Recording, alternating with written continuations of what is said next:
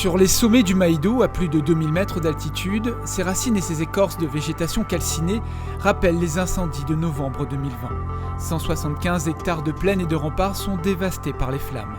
Des dégâts qui imposent la fermeture du sentier Ticol-La Brèche, la porte d'accès vers Mafate depuis le Maïdo. Le sentier est primordial pour les habitants de Roche-Plate et des Orangers. C'est l'itinéraire le plus court pour sortir du cirque pour leur vie quotidienne.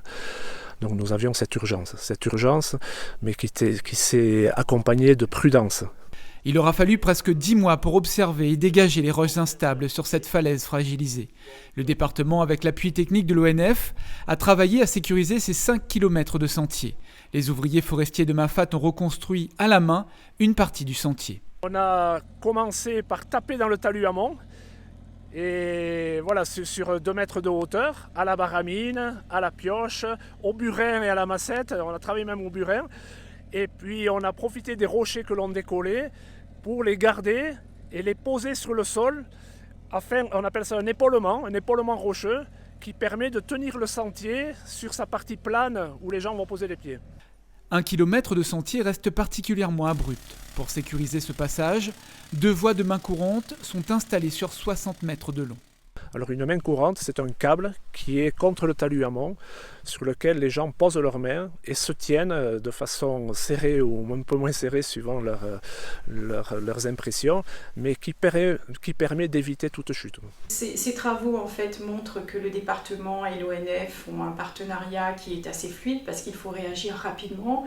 L'ONF, qui est notre bras armé, est vraiment expert en la matière puisque ce sont des travaux qui sont très complexes avec la nécessité de mise en place de dispositifs de sécurité. Le sentier est maintenant praticable, permettant ainsi aux randonneurs de plonger vers Mafate depuis ces remparts du Maïdo.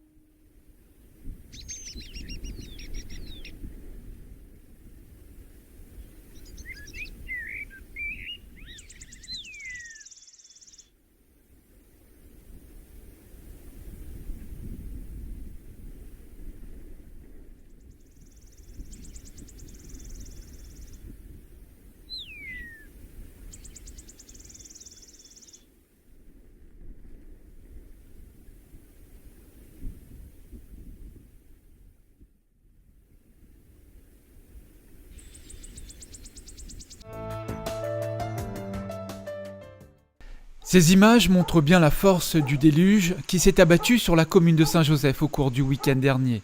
Des rivières en crue et des torrents d'eau se sont déversés à Vincent d'Eau.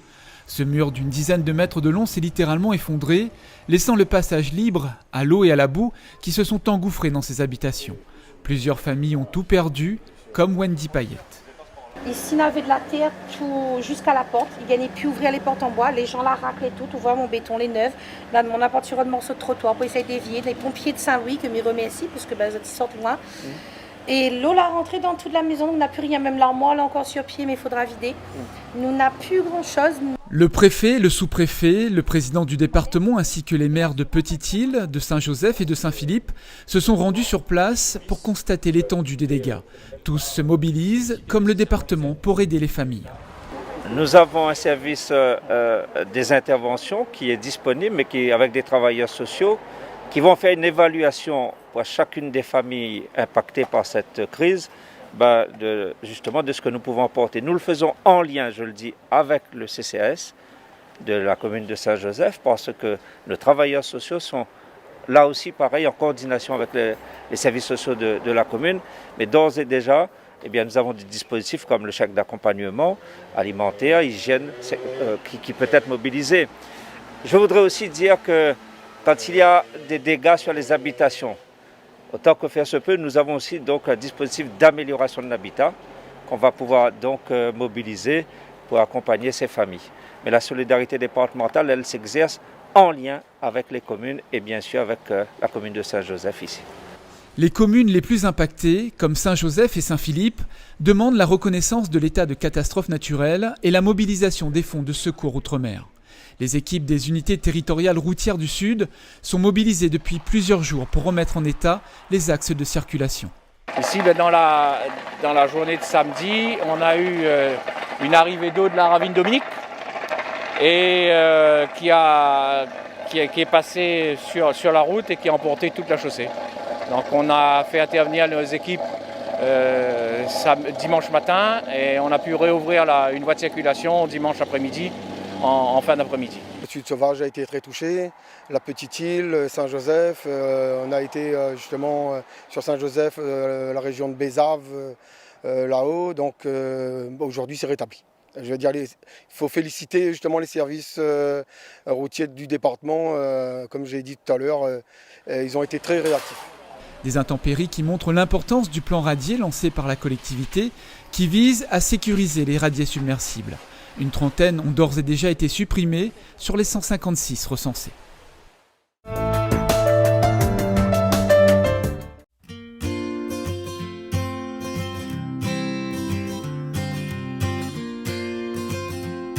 Vous êtes dans la forêt de Montvert-les-Hauts, donc sur la commune de Saint-Pierre, pour vous présenter une opération de restauration écologique pilote donc, sur cet espace naturel sensible du département.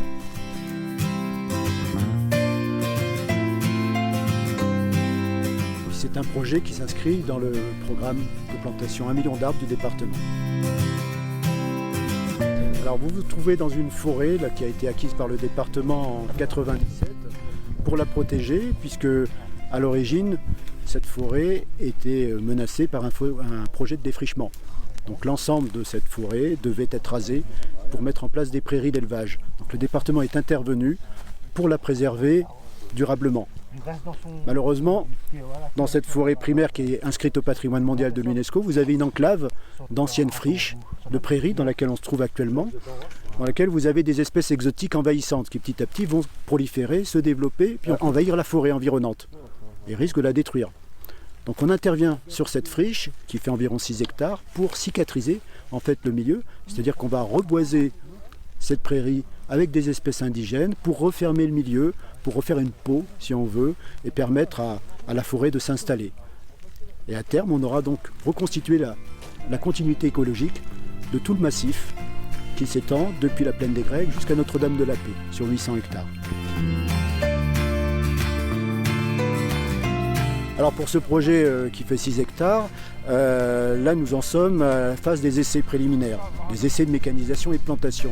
Pourquoi ? C'est parce qu'il y a des incertitudes par rapport au sol, par rapport au climat, par rapport aux espèces qui vont tenir ou pas tenir.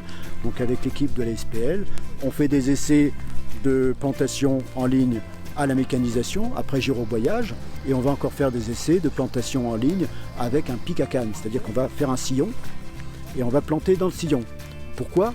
Parce que lorsqu'on plante un arbre qui coûte 10 €, il faut dépenser 40 € à 50 € pour en assurer l'entretien. Sinon les espèces invasives vont se développer, puis finalement vont finir par étouffer l'arbre et le tuer. Mais cet entretien coûte très cher. Donc l'essai consiste notamment à faire des essais de mécanisation pour limiter les coûts.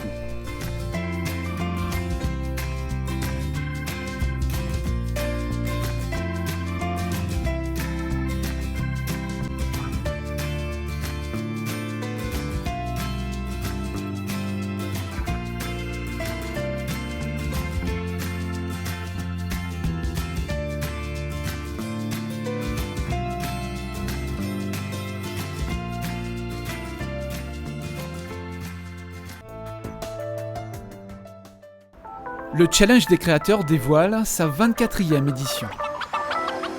Un concours qui valorise les demandeurs d'emploi qui font de la création d'entreprise une valeur de l'insertion professionnelle. Donc les modalités de cette année pour être éligible au concours du Challenge des créateurs 2021, 24e édition, ça va être ouvert donc aux entrepreneurs qui ont créé leur entreprise entre le 1er juillet 2019 et le 31 décembre 2020. Et l'autre condition sine qua non, c'est que le créateur était demandeur d'emploi donc au moment de la création et qu'il a créé son propre emploi.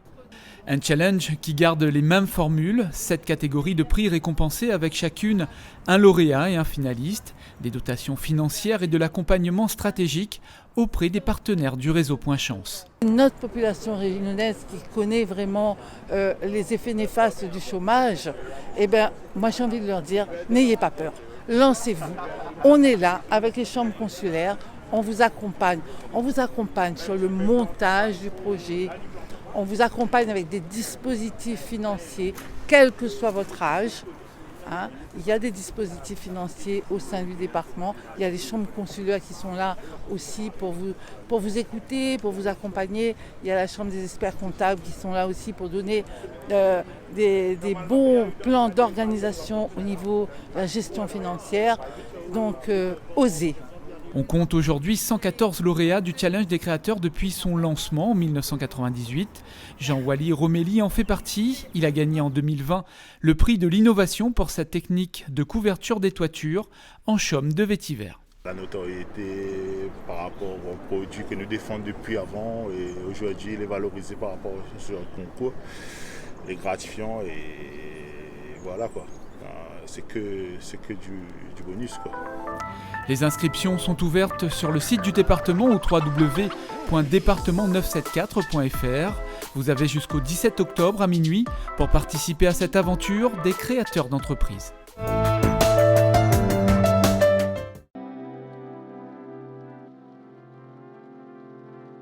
Nous pouvons être fiers des grands chantiers que nous menons en faveur de la transition écologique et solidaire. Aujourd'hui, nous, département, voulons aller encore plus loin. Nous adoptons un grand plan de transition écologique et solidaire qui nous permettra de faire notre part dans cet immense défi. Face au dérèglement climatique, à la perte de la biodiversité, à la pression sur les ressources naturelles, face aussi à l'opportunité d'évoluer vers une société plus solidaire et plus sobre, le département s'appuie sur l'ensemble des Réunionnais pour trouver des solutions. 1067 propositions ont émergé de la concertation organisée en octobre-novembre 2020. Elles constituent aujourd'hui le socle de ce plan de transition, de la feuille de route du département pour contribuer plus et mieux aux défis du développement durable.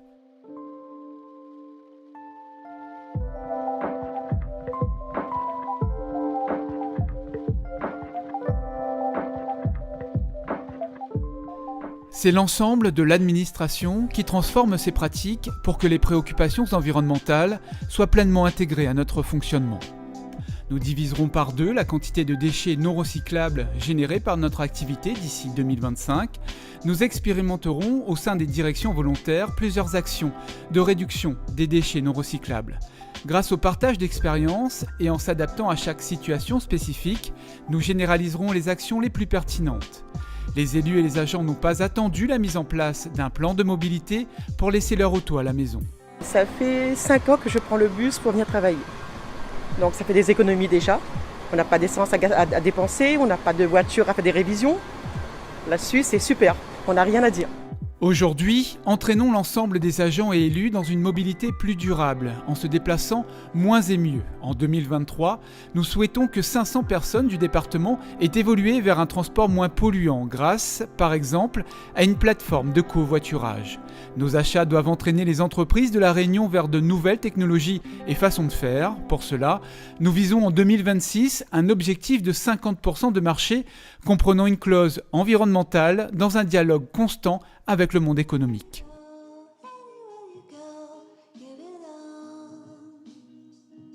La nature et les paysages de nos cirques et remparts sont au cœur de notre identité.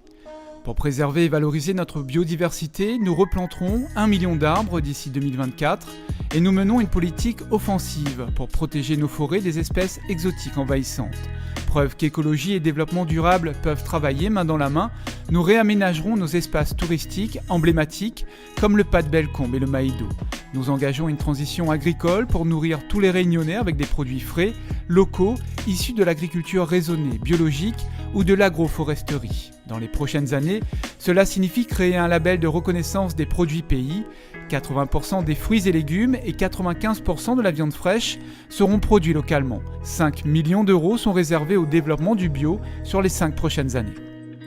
Nous favorisons l'alternative à la voiture en développant, en cohérence avec les autres collectivités, des pistes cyclables pour garantir la continuité des itinéraires. Un grand plan vélo qui définira les travaux à réaliser et les services de mobilité douce à mettre en place sera mis en œuvre. Nous adaptons notre réseau routier au dérèglement climatique et à l'intensification des cyclones grâce à la sécurisation de 156 radiers. Nous bonifions nos aides en faveur des projets de l'économie circulaire et mettons en réseau tous les acteurs de ce domaine pour créer un véritable effet de levier de diffusion sur le territoire.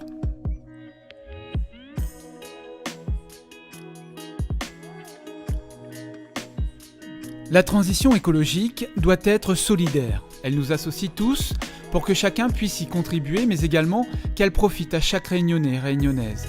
Faire des économies en faisant de l'écologie, c'est possible, et nous le montrerons en proposant à nos publics des ateliers de confection de produits ménagers, de redécouverte des pratiques longtemps, de cuisine pour limiter le gaspillage.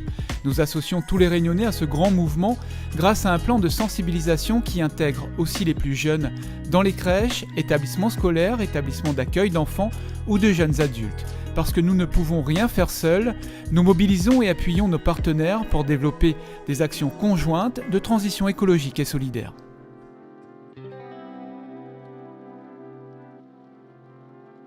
La réussite du plan de transition écologique et solidaire repose sur notre capacité à organiser une gouvernance moderne et transparente. La gouvernance associe les citoyens, les élus, les agents, les partenaires publics et privés, tous ceux qui ont un rôle à jouer dans la transition. La gouvernance s'appuie sur des indicateurs régulièrement mis à jour et communiqués dans un espace dédié. La transition écologique et solidaire est un sujet complexe et ces outils nous permettront d'adapter notre stratégie pour répondre au mieux aux attentes du territoire. Vous le voyez, les actions à mener sont nombreuses et les défis immenses. Pour toutes les actions qu'on a fait, Nature Bolo en sort, n'a donné l'exemple qui soit dans le secteur social, qui soit dans l'économie, ou sinon ça pour protéger nous de l'environnement. Nous va faire en sorte de bonne plantier et qu'ils vivent bien. Ils plantent toute ça de nous là-bas.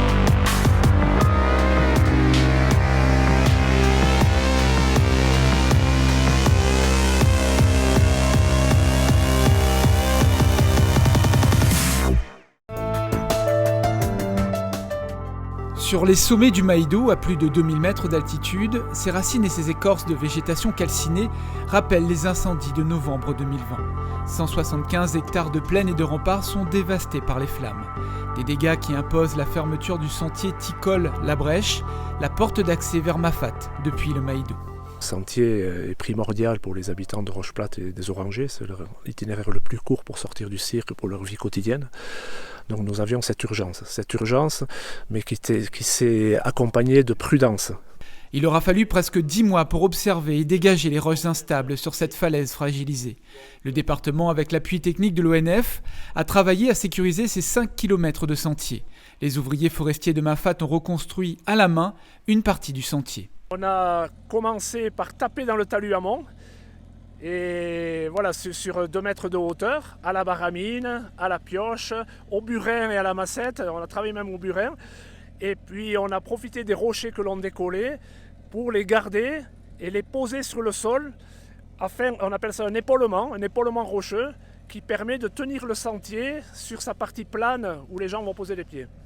1 kilomètre de sentier reste particulièrement abrupt. Pour sécuriser ce passage, 2 voies de main courante sont installées sur 60 mètres de long. Alors une main courante, c'est un câble qui est contre le talus amont, sur lequel les gens posent leurs mains et se tiennent de façon serrée ou un peu moins serrée suivant leurs impressions, mais qui permet d'éviter toute chute. Ces travaux en fait montrent que le département et l'ONF ont un partenariat qui est assez fluide parce qu'il faut réagir rapidement. L'ONF, qui est notre bras armé, est vraiment expert en la matière puisque ce sont des travaux qui sont très complexes avec la nécessité de mise en place de dispositifs de sécurité. Le sentier est maintenant praticable, permettant ainsi aux randonneurs de plonger vers Mafate depuis ses remparts du Maïdo.